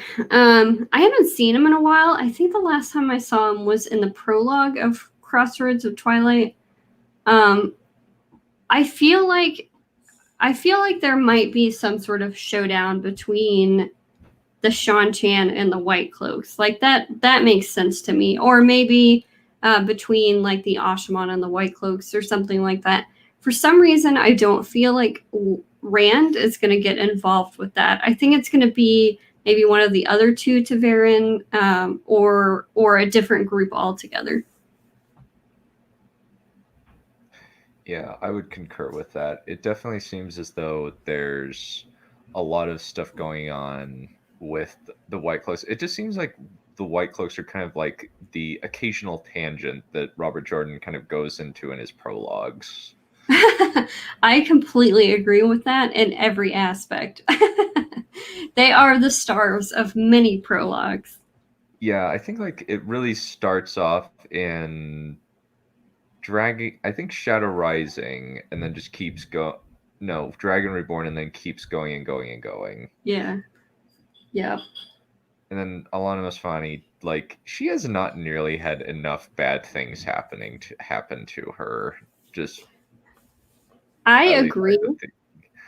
Yeah, I agree. I think she's probably compulsed by Varen, though. I don't actually know. We don't see her get compulsed by Varen, I don't think, but I'm pretty sure she is. And in that case, like, I just know that that's being exploited by somebody because, well, but how do you even find out? Like, I know Catswain knows, and I know Varen knows because she was standing right there when it happened. So I'm pretty sure Varen is evil. I got kind of a glimpse into that. Well, she lied before, so I was like not sure what was going on with that. But she definitely compulsed Elsa or whatever. There's a moment where Elsa thinks Beldain and Elsa Penfell, yeah. Yeah, where she thinks, we've kind of seen Varen's compulsion pop up in a couple of different Aes Sedai in their thoughts. So things like it suddenly became clear to her while she was in captivity. And at the end of one of the chapters in Crossroads of Twilight, like this was the biggest moment in the book for me. Elsa thinks, something like, it suddenly became clear to her when she was in captivity that the Dragon Reborn must make it to the last battle so he can be defeated by the Dark One there. And I was just beside myself because I knew something was up with Baron, and I was hoping she's a villain because I love good villains, and she's clearly evil. I'm so excited. There is kind of, I don't think that she can pulse Alana to bond Rand. Yeah, I don't think so either, but I think she's compulsed now because she was in the same group with the other women that Varen was also compulsing, if I'm not mistaken. She remembering. was not. She was Oh, not. she wasn't? Okay. That was Beldine Nyram, I believe. Another green, but Alana was kind of with the people that swore fealty on Dumai's Wells. Yeah. So, yeah, but yeah, either way, I have a feeling that somebody is messing with Alana in some way. I don't know yet. I have no evidence for that, but I have a hunch. Okay. I think there's definitely a lot of room to kind of assume that something weird is going on with Alana Mosfani. So do you think that Morel is a bad person for what happened between her and Lan, or do you think like that's less bad? Or do you think that's equivalent since something similar happens there? Yeah, I think I don't like it. And I think that's one of the decisions that Moraine makes that I disagree with the most, because she didn't ask Lan who he wanted his bond to go to. She just kind of transferred it to him, and to her. And I understand why Moraine picked that particular Aes Sedai, because she apparently is pretty good at helping warders kind of get over the deaths of their Aes Sedai, but Moraine's not dead. So I get it, but I don't know. That just feels weird and like not okay to do to someone, especially if they're going to be grieving, like to force them to go and be with somebody else. Yeah. And kind of just the weird thing is just like her and him like have sex. Yeah, it's so weird. Oh, it's so weird. And like it's kind of there's one kind of notice where like kind of like where Mirel is wearing 3 marriage knives in Teleron Riyadh. Oh. Which is like at least like at one point, and then like a 4th kind of appears, and she's already got 3 warders, and then Lan shows up. So it could either be kind of a like she's thinking about it maybe, but it could also be just like just her random thoughts. But the fact that there are 3 solid marriage knives is like, dang. Yeah, no kidding. She's a kind of like, it's kind of an interesting role reversal where she like marries all 3 of her warders, where it's like, oh, interesting. So we're kind of we're actually getting to kind of near the end. But kind of like, what are some things that like have changed like over the course of the series for you? Like just like your perspectives either on characters or like kind of theories that kind of didn't necessarily come true, or haven't come true yet, or whatever. That's a good question. So I talk about this quite a bit on my podcast and just, on the collabs that I've done. But I feel like I hated at least one female character for at least one book, and it changes all the time. So like for the first 2 books, I didn't like Nynaeve. I don't remember who I hated in Dragon Reborn. Shadow Rising, I could not stand Elaine. I don't remember who I hated in Fires of Heaven. Lord of Chaos, I didn't like Min. Crown of Swords, Nynaeve was driving me nuts again. So the way that I feel about the female characters is constantly changing, because I feel like Robert Jordan, was maybe experimenting with some character traits that I didn't particularly like being overbearing or like a lovesick puppy dog or whatever. The cat fighting in Fires of Heaven in particular. Yeah. is kind of just like, Jordan, please Yeah. move on from the stinking cat fighting. Exactly. Listen, we're not all catty. A lot of us get along with each other, you know? Yeah, which is why the only time when I write like female characters, I try not to have cat fighting. And if there's like a personal grudge between two female characters, it's actually for good reasons. Like one of them killed a friend of the other person. Yeah. Like actually like it's not like I'm fighting with you because like I'm being catty. It's no, I legit want to kill you. Yeah. Yes. Well, I appreciate that. Yeah. Because that I think that's a stereotype that we all need to get away from, because you don't see the male characters bickering and fighting nearly as much. Unless it's Twilight. Yeah. That's an example that nobody wants to follow. Right, exactly. Thank you, Stephanie Meyer, for writing the most unintentionally disturbing book just based on concept alone. Yeah. It's unfortunate that became so popular with young women, for sure. Yeah. Especially just like the nature, just the concept of imprinting is disturbing. Yes. And yet she like puts it forward as love. Yeah, it's really bad. Yeah. Yeah, like so basically like kind of so it seems as though like I think like one of like my perspectives is kind of just mostly like shifted on constant re-listens. Like I much more enjoy like the circus thing now. Oh, I love the circus. I feel like I have such a unpopular opinion about that because I loved it. I do think that Val and Luca is hilarious now. Yes. And like I want you to have my babies, Nynaeve, Almira. Yeah. It was cringy, but I don't know. I feel like most women probably know like some guy that's creepy and that is that creepy. The fedora tippers. Yeah. So I don't know. I think that it could have been horrible and weird, but for some reason it's just so lighthearted, and he has this just delusions of grandeur, you know, that drive him to behave like that. It's not like he actually, I don't know, wants to have her children. Like he does, but he's not being creepy about it. I don't know. And then like he ends up marrying Littell. Yeah. which kind of like actually in retrospect makes a lot of Littell's hate of Nynaeve make more sense because she likes Balin Luca.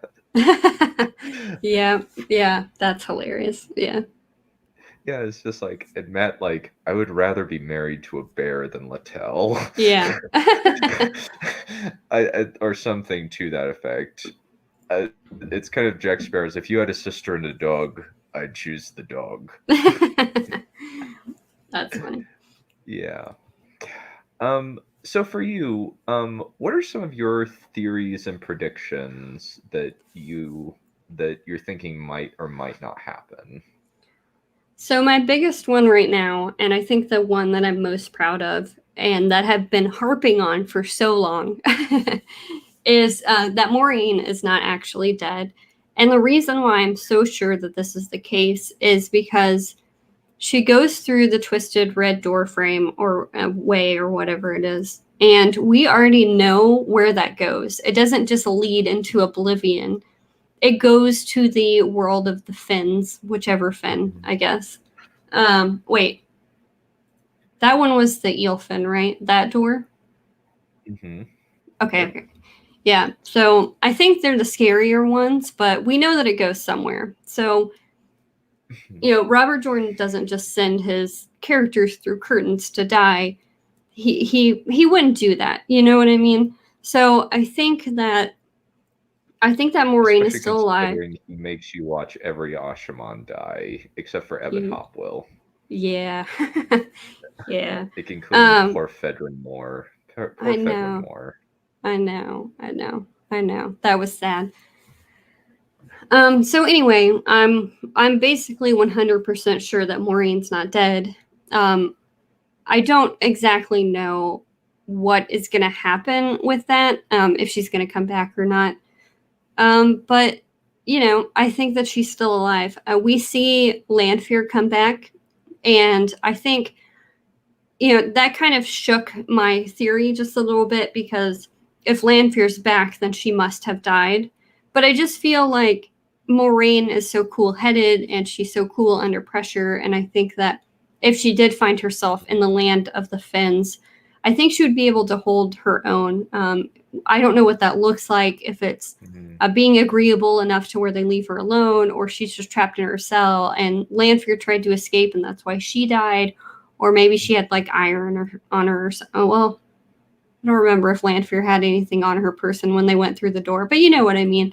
I just think that I don't think that's the way that Moraine ends. I think that there's something more to that.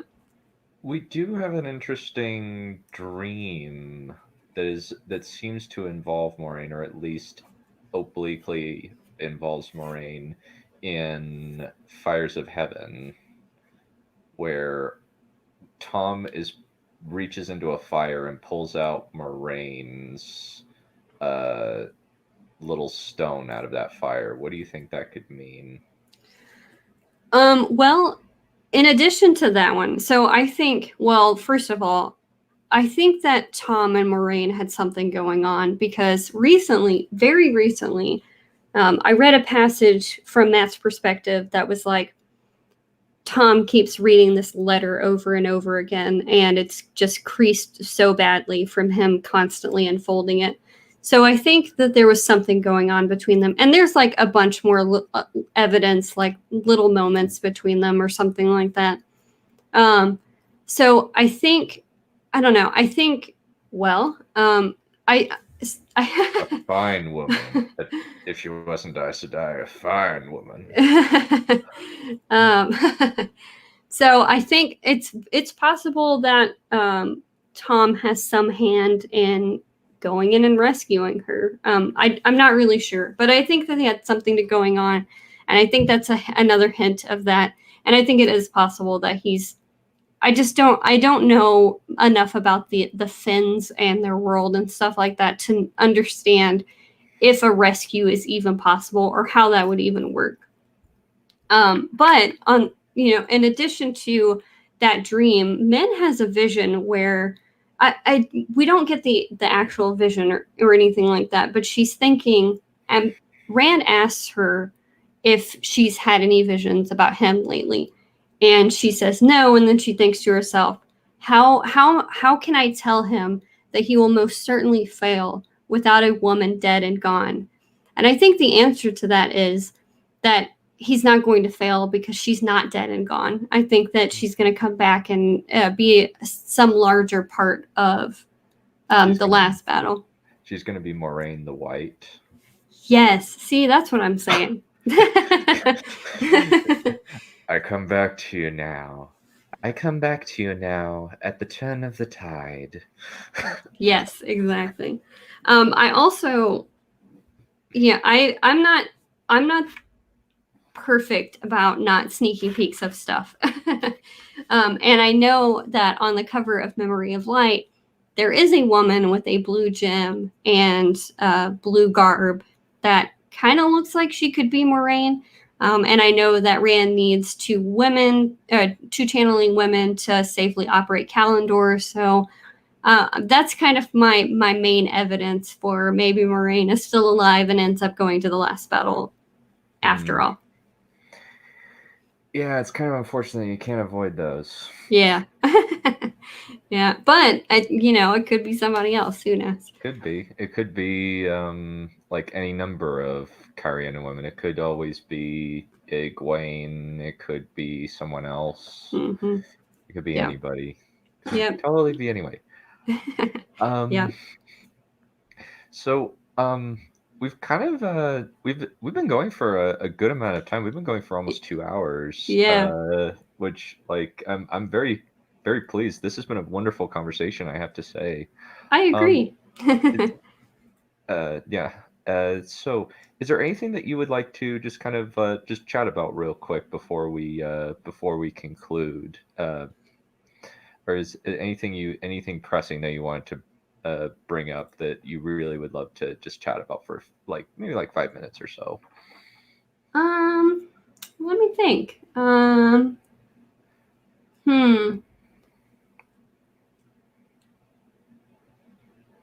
I can't think of anything off the top of my head. Do you have anything you'd like to ask me? I guess like what are like kind of your wish list, I guess, for the next 4 books? Like what are you like really hoping is going to happen? Oh, that's an interesting question. Okay, so number one, I hope Moraine comes back. Obviously. Also, and this is a big one. We've recently found out that, or I have recently found out that Taim is indeed a dark friend. And I'm really hoping that, obviously we have to get rid of him somehow because we can't have that. And like all of the full Ashaman are like also with him or something like that. But I'm hoping that after Rand deals with Taim in some way, because he's going to have to, that Logain kind of picks up and takes the Black Tower over and becomes their leader. But I also have a feeling, and there's been a lot of talk in Crossroads of Twilight about how to join the Ashaman and the Aes Sedai. And I think that at some point that's going to happen, and it's going to be more like the Aes Sedai of the Age of Legends, where they were both male and female. But I also think that it's not going to be the same. They're not going to have that same close relationship. I don't think they're ever going to be part of the same group. But I do think that they're going to work together because they have to. The world is ending. They can't afford to be not working and together, not on the same side. So I'm hoping that Logain becomes like Ashaman leader, the Mahale, because I love Logain. Yeah, Logain's great. I have to agree. I'm really like I'm so invested in Rand and Logain becoming like besties because he's a false dragon and the Dragon Reborn, and Logain didn't get to be the Dragon Reborn, but he could be a huge part of the last battle and being victorious over the Dark One. And I hope he is because I like him a lot. I do like Logain a lot. I think he's I kind of wish he got more perspective and more screen time. Because he kind of he vanishes for most of 7 and 8, then shows back. Well, actually, shows up in 8, vanishes in 7, shows up back up in 8 to bond Tobane Ghazal, who is. I think that actually is legit funny, where she thinks she's this tough as nails, and they just get whooped really quickly. I know. They stepped one toe into Black Tower territory. I mean, not even just the surrounding area, and immediately got captured. Yeah, and he kisses her, and it's just the description is an interesting erotic one. Yeah. Yeah, I think the similarities that are placed on it is apparently a female orgasm. Yeah that's what it that's what it sounded like to me. Yeah, I think I read it somewhere, but it's just interesting description of how a woman and how it feels for a woman to be bonded in that way. Interesting choice. Yeah. So what are some other things on your wish list that you're interested to see? I'm really hoping that the Forsaken become I don't know, they just do something, anything at all. Basically, be confident, gosh dang it. Be evil. What are you?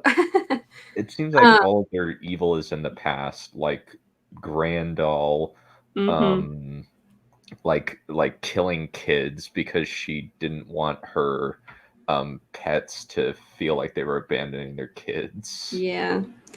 Yeah. Gross. Wow. Yeah, they just kind of suck off screen and just in general. You know what I mean? But in no cool ways or anything like that. Yeah. I'm still kind of trying to figure out who Demandred is hiding as. I have no idea right now. So I'm hoping to learn more about that soon. So, do you think that there is? So, what do you think of like? So, one theory that was kind of introduced, I think, around book 6 is: do you think that there's a? What do you think of the Tame and Dread theory? The time is demon dread. Well, I think that got like debunked, right? Like Robert Yeah, that Jordan got changed. yeah, Yeah. that got debunked in at least like partially debunked in Winter's Heart, where first Gedwin, I think Kisman is thinking as he's running away just before Podon Fane knifes him. Mm-hmm. He's thinking, oh dear. Like he's thinking Mihail told him to do it, and then D-Mundred told him to do it, and then Moradin told him to do it. And there's kind of a like distinction between the two. Yeah. So that's kind of the biggest thing to indicate that I think like it was very short-lived until that point. But a lot of people really like the Tame Undred theory. So who do you think killed Osmodian then? I actually know the answer to this question. Oh, you because do know someone told me. Yeah. Oh. Yeah. Yeah. But as I understand it, it's never obvious at any point in the series. I think isn't it true that he like told us in an interview or something, and he thought it was super obvious, and everyone was like, we had no idea. I think that was the case, though it also is stated in like at least like obliquely hinted at at a later time, but very obliquely. Yeah. Yeah.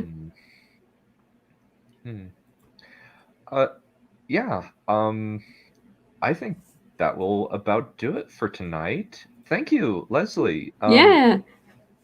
Please, for those who are still watching, please reiterate where people can find your work.